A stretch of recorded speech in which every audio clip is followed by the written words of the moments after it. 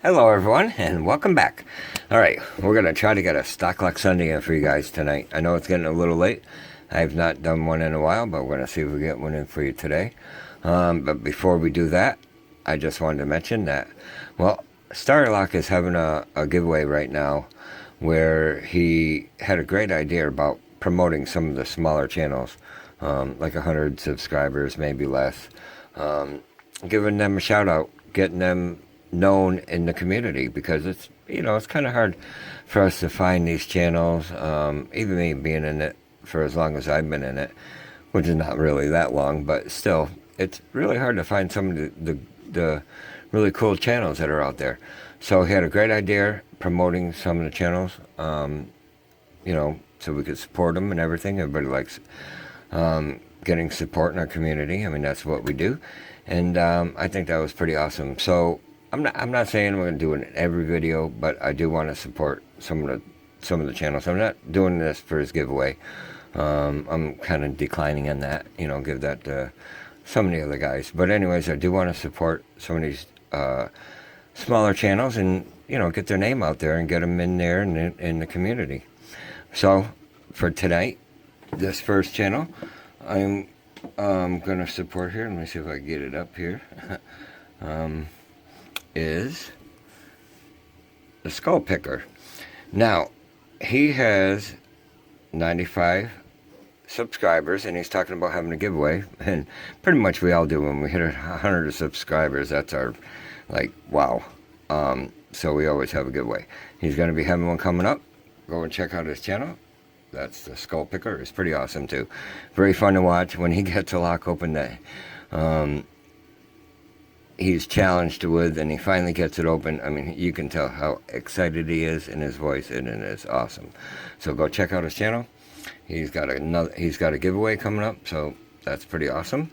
But yeah, I think that's a great idea, supporting some of these smaller channels, and I really like that idea. But anyways, let's get back to this lock. Now this lock here, okay, let me explain something. I've had this lock probably almost 2 years now. This is a gift from my buddy Bob. This is a 748.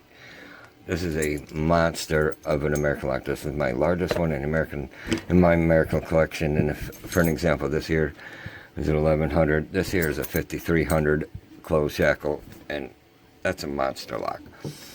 When I got this lock, I tried picking this on camera. It's a couple years ago, and I couldn't do it in a reasonable time.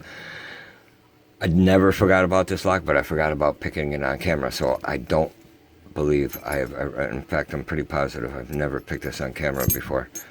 And I've picked it a couple times just recently, making sure I could pick it now. And I have. I picked it with a Matador from Sparrows, and that's the bitting on it. It's a 6-pin lock. It's got a decent-sized bitting, and it's got a nice snap to it. Now, one thing I'm going to mention now, a lot of people with these Americans say, now, it's got a lot of tension here, but when you're picking this, you don't need to put a ton of tension on it, because you got this play right here, and that's where you really want to get it open to, and then the spring tension comes into play. So don't put too much tension on it. Another thing I want to mention, when you're picking a lock like this, or any lock, challenge lock, or any of these, I want to just express and to the newer guys in the community to slow down, because I know it's awesome to get a lock open in a quick and reasonable time, but the bottom line is to get the lock open. So you need to just slow down a little bit, feel every pin, and let it talk to you and tell you what's going on in that lock, and you will get it open. 9 out of 10 times you'll get it open quicker than trying to get it open real quick. Oh, damn it. Hold on 1 second. I just dropped my fit. Alright. So we're going to work with this Matador from Sparrows, and we're going to work right from the bottom of this lock. It's got a pretty decent open keyway. Like I said, I'm not going to put a ton of tension on this. Enough, but not a ton, because I'm not worried about that spring tension in there.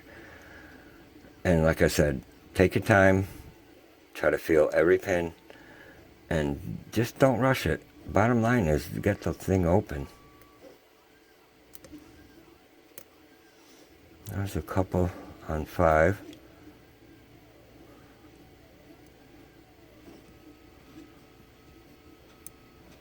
I'm trying to get underneath each pin and just feel what it's telling me. If it's springy, like these are here, and it's not telling me anything, I'm going to keep moving on to one of them is telling us something. There's another little click, I think, off of 6. Very small clicks. You got to remember, these American locks have a lot of serrated drivers and key pins, and they do have serrated spool pins too. I'm not in a race.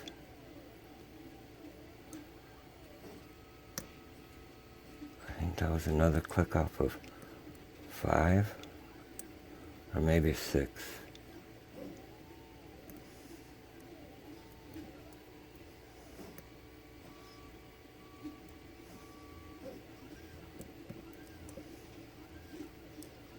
There's nothing up here.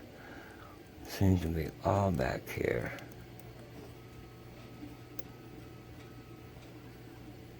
That is a dead pin.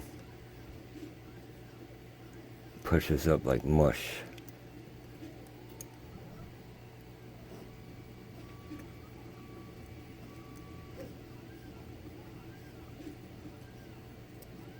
I'm going to do a reset. Don't let, when you have to do a reset, don't let that bother you. Just part of the course.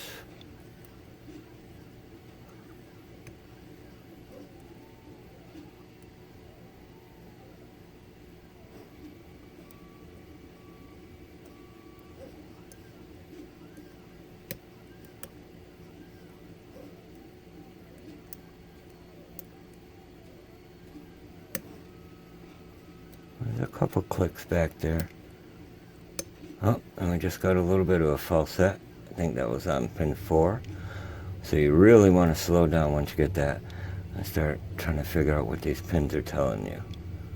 Right now, pin 2 is telling me it's got some counter rotation. Try not to drop the other pins. I got a tiny bit out of 1.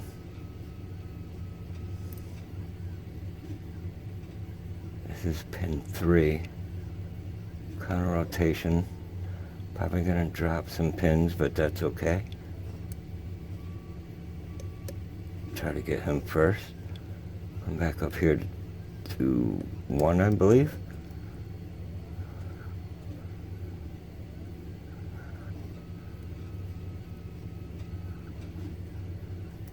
Take your time. Get underneath each of these pins and try to see what they're telling you. Right now it's pin 1.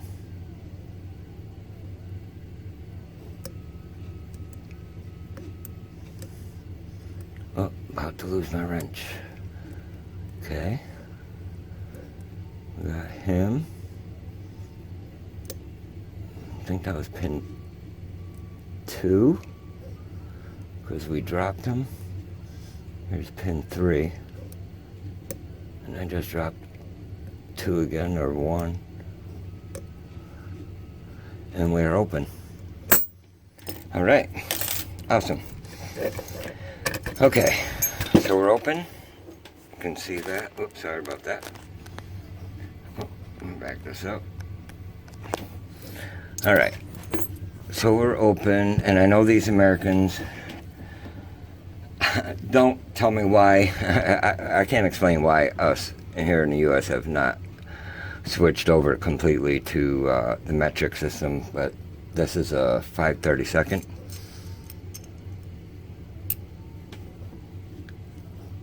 This lock has never been opened, so this could be a little bit of challenge to get it open. Hold on, I'm getting a pair of pliers here on this because this is tight. Oh my goodness. Alright. This lock has never been opened before.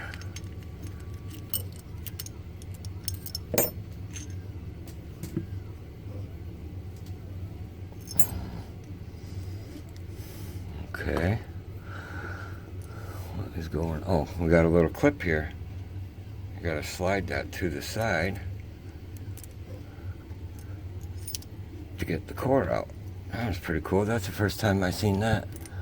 Must be a little bit of extra protection. Awesome. Oh, and we have a wafer too. Cool. Alright. Let me see here. No, I don't have any fancy plug followers, none of the gold or the fancy silk blue ones or anything. But I do have this one here that was in here. It's a half moon. Could use this one, but let me see here. Let's get the clip off of this.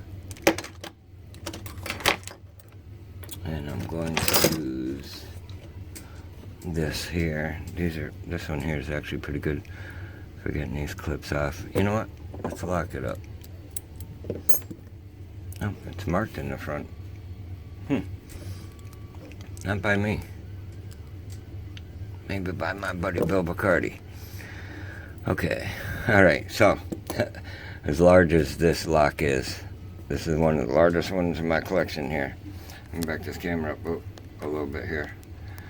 One of my largest locks in my American collection. Now, funny, because my wife, she has a very large toy collection, and in her toy collection she has the world's smallest. Now this here is a, well, it's a Sock'em Robots, and yes, they actually work. This one here has a display stand base, and if you see these little buttons here, I don't know if I could get it to focus, a couple little levers on the back, pulling them. So these actually work. So what I did, and we're going to try to gut this with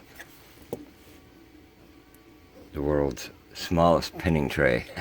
And this is actually designed by my buddy Foxy at Red Cat Imaging. Got an awesome channel too, so please go check out his channel too.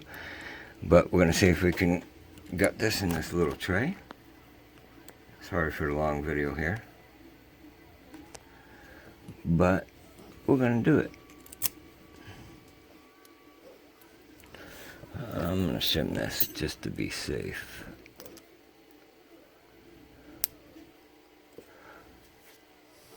And we are going to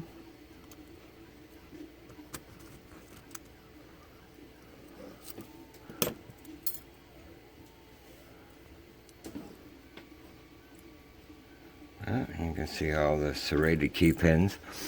Key pins will be serrated. You'll never see the any kind of spools in there. But alright, let me see if I could do this. 1, 2. Actually, I'm going to need my tweezers, and those are, oh my goodness, my desk is a mess.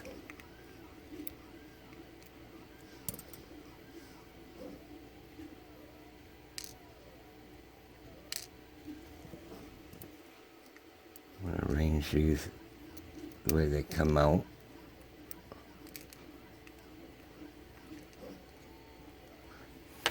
Okay. Here's number 5 and number 6. And every single one of these, I think except for maybe number 2, are serrated. Alright, come on. Give me a hard time there. Alright, I'll put that down for a second here. Zoom it up a little bit more for now. Kind of focus it in a little bit if I can. Well, maybe not. Alright.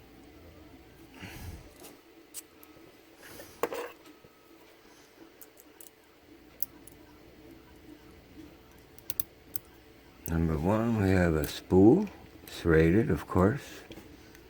I'm not going to take any of the springs out, they're all going to be the same. Another serrated spool, and number 2.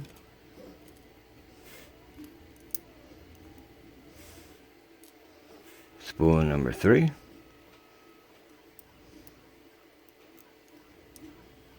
That one doesn't want to come out. Very weak spring in there. I don't know if you could see that. Nope, I won't focus for you. Maybe now. Alright, let me see if I get that one out of there. Well, actually, let's go for number 5, which is a serrated, and number 6